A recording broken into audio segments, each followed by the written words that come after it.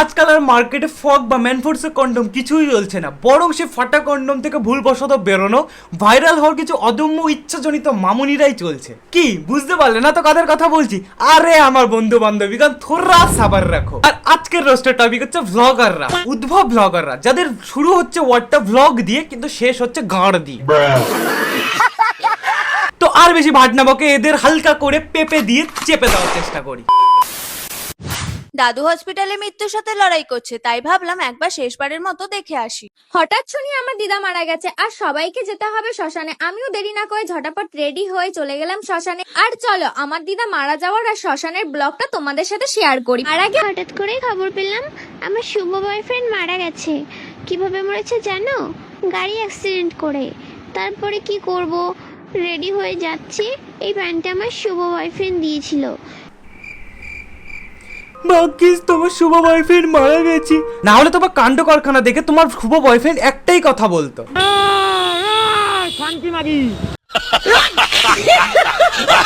এই দাদুই কিন্তু ছোটবেলায় আমাকে বিয়ে করতে চাইতো। ইশালা এই দাদুরও দেখি রস কম না। এই সুযোগেরই সদ্ব্যবহার করে আমি রোজ বিকেলে দাদুর কাছ থেকে 1 টাকা নিয়ে পেপসি খেতে যেতাম। আসলে এই দিদি দেনা আর পাওনার দিক থেকে প্রথম থেকে একদম টনটনে। আমার দাদুর কিন্তু এখনো মরার বয়স হয়নি, কারণ দাদুর বয়স সবে মাত্র 88। হ্যাঁ, 88 বছর বয়সে কেউ মারা যায় নাকি?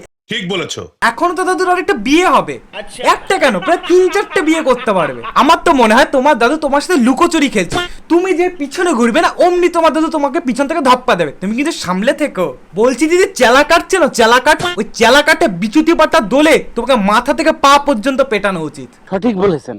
তোমরাই কমেন্টে জানাও আমাকে কেমন লাগছে। হ্যাঁ, দারুণ লাগছে, দারুণ।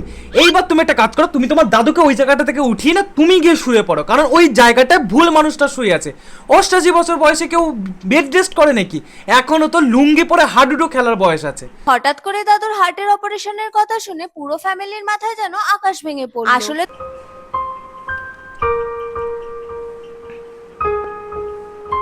পুরো ফ্যামিলির মাথায় যখন আকাশ ভেঙে পড়েছে তো তুমি নাচছো কেন এরকম? আর কিছুক্ষণ আগে খবর এলো দাদুর নাকি ইমিডিয়েট হার্টের অপারেশন করতে হবে। কিন্তু তোমরা তো জানোই হার্টের অপারেশন করাতে গেলে কতগুলো টাকা খরচ হয়। তবে এই মুহূর্তে আমরা দাদুর পেছনে এতগুলো টাকা খরচা করতে চাইছি না, কারণ আমারও তো বিয়ের বয়স হয়েছে, আমাকেও তো বিয়ে করতে হবে বলো। তাই আমি মনে করি দাদুর পেছনে অতগুলো টাকা খরচ করার থেকে আমার বিয়ের জন্য টাকাগুলো জমিয়ে রাখা অনেক ভালো।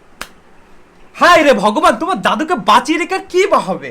হঠাৎ শুনি আমার দিদা মারা গেছে আর সবাইকে যেতে হবে শ্মশানে। আমিও দেরি না করে ঝটাপট রেডি হয়ে চলে গেলাম শ্মশানে। আর চলো আমার দিদা মারা যাওয়ার আর শ্মশানের ব্লগটা তোমাদের সাথে শেয়ার করি। এতদিন ধরে আমি শুধু সারাদিন বাড়ি বসে কি করে না করে, কি খায় দায় হাগা মোতা এইসবের ব্লগ দেখছি, মানে হচ্ছে লাইফস্টাইল ব্লগ।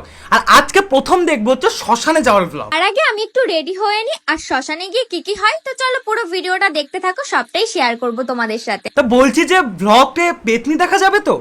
সেটা তো ব্লগের শুরুতে দেখা গেছে। আমি ভেবেই পাচ্ছিলাম না কোন ড্রেসটা পরবো, তারপরে আমি ভাবলাম যে আমার তো একটা সুন্দর ড্রেস আছে আর আমি এই ড্রেসটা পরে নিলাম। আর বলছি তা তুমি শ্মশানে যাচ্ছ নাকি ফ্যাশন শো করতে যাচ্ছ? আর একটু মেকআপ না করলে হয় তো, একটু টোনারটা মেখে। তুমি যা পরিমাণে টোনা টুনি মুখে ইউজ করছো না, তাতে দেখো তোমার দিদার চুল্লি থেকে ডাইরেক্ট এসে টান না দেয় তোমায়। আমার ছোটবেলার থেকে যার সাথে এত কথা এত কিছু, যাকে আমি সবকিছু শেয়ার করতাম। হ্যাঁ, এইবার তোমার শ্মশানে যাওয়ার ব্লগটা যখন তোমার ভাইরাল হবে না, তখন তুমি তোমার দিদাকে সেটাও শেয়ার করো। খুবই কষ্ট হচ্ছিল আমার দিদার জন্য, যে দিদা দুনিয়া ছেড়ে চলে গেল। হ্যাঁ হ্যাঁ, কষ্টগুলো পুরো ফেটে বেরিয়ে আসছে। তাই জন্য ভাবলাম যে একটু যেমন তেমন রেডি হয়ে ন্যাচারাল ভাবে যাই। এই যদি ন্যাচারাল হয় না তাহলে আনন্যাচারালটা কি? আর এইদিকে আমি বুড়োটা একটু আঁকিয়ে নিলাম যেমন তেমন ভাবে। আমি কিন্তু বেশি কিছু করছি না, আইবুড়োটা হালকা করে একটু আঁকিয়ে নিলাম। আমি কিন্তু সেই রকম কিছু সাজছি না, জাস্ট একটু চোখের উপর গ্লিটার দিয়েছি আর একটু হালকা করেই সাজছি, সেই রকম কিছু না। সেই রকম কিছুই করছি না, সেই রকম কিছু না করতে করতে এলে আমরা কিছু বাদই রাখছে না। আবার একে যদি আমি বেশি কিছু বলতে চাই, তোমরাই আবার তখন কমেন্ট করে বলবে দাদা তুমি একটা ছেলে মানুষের একটা মেয়েকে এত কিছু বলছো। আর তবে এর যা কন্টেন্ট না, সেই কন্টেন্ট আমি রোজ সকালে ঝেড়ে ফেলি, সকালবেলা উঠে মনের খুশি। হঠাৎ করেই খবর পেলাম আমার শুভ বয়ফ্রেন্ড মারা গেছে। কিভাবে মরেছে জানো? গাড়ি অ্যাক্সিডেন্ট করে। তারপরে কি করব, রেডি হয়ে যাচ্ছি, এই প্যান্টটা আমার শুভ বয়ফ্রেন্ড দিয়েছিল। তো এটা পরলাম আর একটা টপ পরে নিয়েছি। তারপরে দেখি যে আমার প্যান্টের চেন আটকায়নি। বোন, তুমি সাথে করে আরেকটা জিনিসও আটকাওনি, সেটাকে বলেছে লজ্জা, যেটা এই ভিডিও করতে গিয়ে তোমার দরকার ছিল মেইন। তুমি সেই জিনিসটাকেই আটকাওনি, আর প্যান্টের চেন আটকিয়ে কি হবে? সঠিক বলেছেন। আর লজ্জা এমন একটা জিনিস না, যেই জিনিসটা এখনকার ইনফ্লুয়েন্সারদের মধ্যে, মানে কিছু কিছু ইনফ্লুয়েন্সারদের মধ্যে দেখাই যায় না। তারপরে আমি যদি কালো হয়ে যাই তারপরে তো আমার আর কোনো বয়ফ্রেন্ড থাকবে না। ঘরের জানালাটা বন্ধ করে দিয়ে দেখো না, তোমাকে এমনিতেও খুঁজে পাওয়া যাবে না, তখন আবার টর্চ জ্বালিয়ে নিয়ে তোমাকে খুঁজতে হবে। সাজুগুজু করে দেখতে যেতে হবে শেষ দেখা, তো একটুখানি ক্রিম মেখে নিয়েছি। হায় রে অশিক্ষিত, ওটাকে ক্রিম বলে না, ক্রিম বলে, ক্রিম, ক্রিম না। তারপর একটু কাজল পরে নিয়েছি। হায় রে পাগল औरत, ওটাকে কাজল বলে না, আই শ্যাডো বলে। আমি যতদূর জানি আই শ্যাডো প্যালেট বলে। আমার ভাই শুনে বুঝতেই তো পারছো আমি অনেক কান্না করেছি। কান্না করতে করতে বোন তুমি করছো মেকআপ, কান্না করতে করতে বোন তুমি করছো মেকআপ, সাথে রেখেছো বয়ফ্রেন্ড নামক আরেকটা ব্যাকআপ। তো এই ছিল কিছু উদ্ভব ব্লগারদের কিছু সামান্য ক্লিপ। তো ভিডিওটা যদি ভালো লেগে থাকে তাহলে তোমরা জানোই কি কি করতে হবে, আর এই রকম যদি আরো এদেরকে নিয়ে সেকেন্ড পার্ট চাও তাহলেও তোমরা আমাকে জানিও। তো ভিডিওটা যদি ভালো লাগে তাহলে like, comment, share and subscribe করে বেল আইকনটিকে জোরে প্রেস করে দেবেন, যাতে আপনার বেল আইকনটার সাউন্ডটা অন্যদের কান পর্যন্ত পৌঁছে যায়।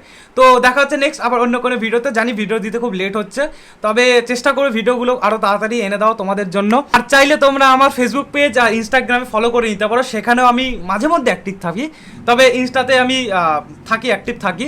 তো তোমরা চাইলে সেখানে ফলো করে নিতে পারো। তো দেখা হচ্ছে আবার নেক্সট অন্য কোনো ভিডিওতে, ততক্ষণের জন্য বাই বাই, টাটা।